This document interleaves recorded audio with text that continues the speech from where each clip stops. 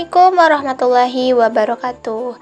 Hai teman-teman, jumpa lagi dengan saya Ayu Anggriani, MP 50291, kelas 4B mata kuliah telaah kurikulum, dosen pengampu Bapak Tio Gusti Satria, Magister Pendidikan.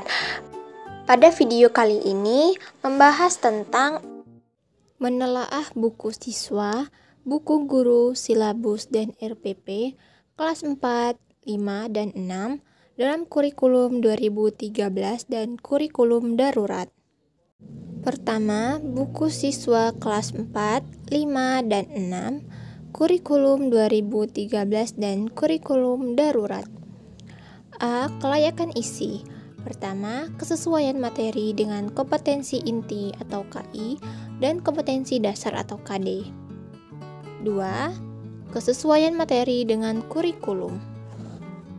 3. Keakuratan materi. Selanjutnya, terdapat daftar tema kelas 4 dan 5 dan 6. Kemudian, contoh pengurangan KD pada kurikulum darurat. Bisa kita lihat di video ini. Nah, perbedaan kurikulum 2013 dan kurikulum darurat yang membedakan hanya terletak pada pengurangan KD. Kemudian 4. Kemuktahiran materi. Materi dalam buku teks haruslah muktahir, mengikuti kurikulum yang berlaku. Hal ini berarti materi ataupun contoh yang disajikan haruslah aktual, gambar, diagram, dan ilustrasi diutamakan yang aktual. Namun, juga dilengkapi penjelasan atau perbandingan dengan perangkat yang telah ada sebelumnya.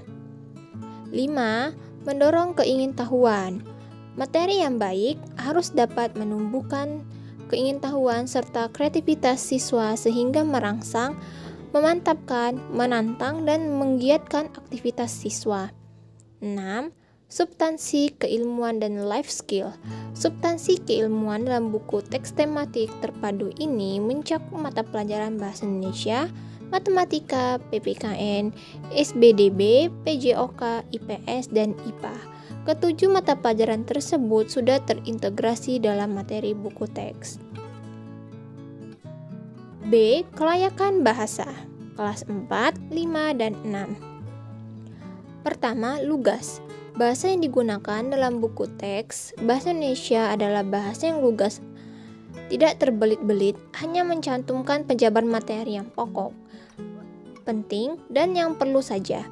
Selain itu, buku teks ini menggunakan kalimat yang mampu mewakili isi pesan dan informasi yang ingin disampaikan dengan tetap mengikuti tata kalimat bahasa Indonesia. Kalimat-kalimatnya pun sederhana dan langsung ke sasaran. 2. Komunikasi. Teks ini menggunakan bahasa yang komunikatif, sehingga pembaca khususnya siswa dapat dengan mudah memahami dan mengerti isi buku. 3.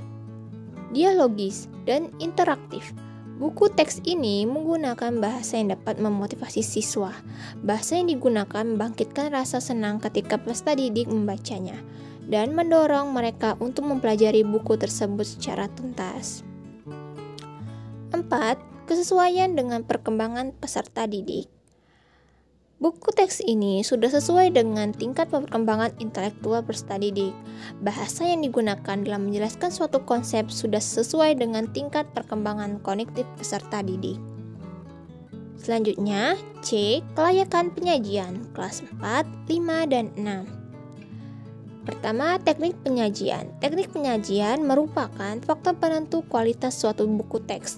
Teknik penyajian dalam buku teks tematik terpadu ini sudah baik.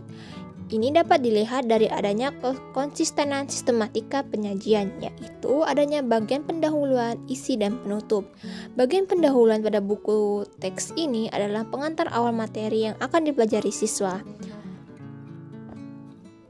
Selanjutnya, pendukung penyajian dan penyajian pembelajaran.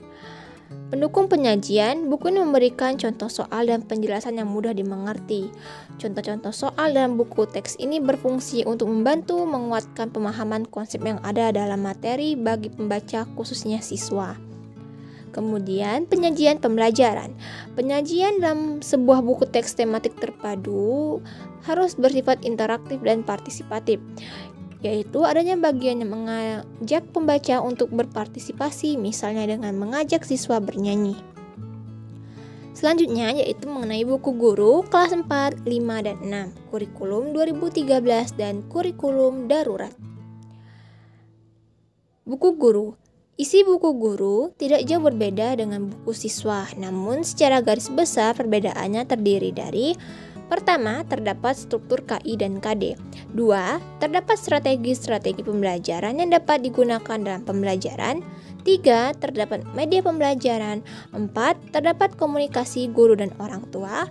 5. Terdapat petunjuk khusus yang terdiri atas proses pelaksanaan pembelajaran, alokasi waktu, jumlah pertemuan, IPK, materi pembelajaran yang terdiri atas materi esensial dan prosedural, kegiatan pembelajaran, sumber, bahan, dan alat yang digunakan dalam pembelajaran, teknik penilaian, instrumen penilaian, sistem remedial, dan penggayaan.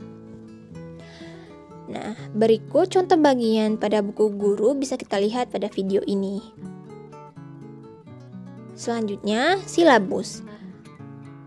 Peraturan Pemerintah Nomor 13 Tahun 2015, silabus adalah rencana pembelajaran pada suatu mata pelajaran atau tema tertentu yang mencakup kompetensi inti, kompetensi dasar, materi pembelajaran, kegiatan pembelajaran, penilaian, alokasi waktu, dan sumber belajar. Di sini kita bisa melihat contoh silabus. Kemudian selanjutnya RPP, yaitu adalah pegangan seorang guru dalam mengajar di dalam kelas. RPP dibuat oleh guru untuk membantunya dalam mengajar agar sesuai dengan standar kompetensi dan kompetensi dasar pada hari tersebut. Komponen RPP yaitu terdapat tujuan, langkah-langkah, penilaian, komponen-komponen lainnya adalah pendukung. Kita bisa melihat contoh RPP pada video ini. Terima kasih, semoga bermanfaat teman-teman.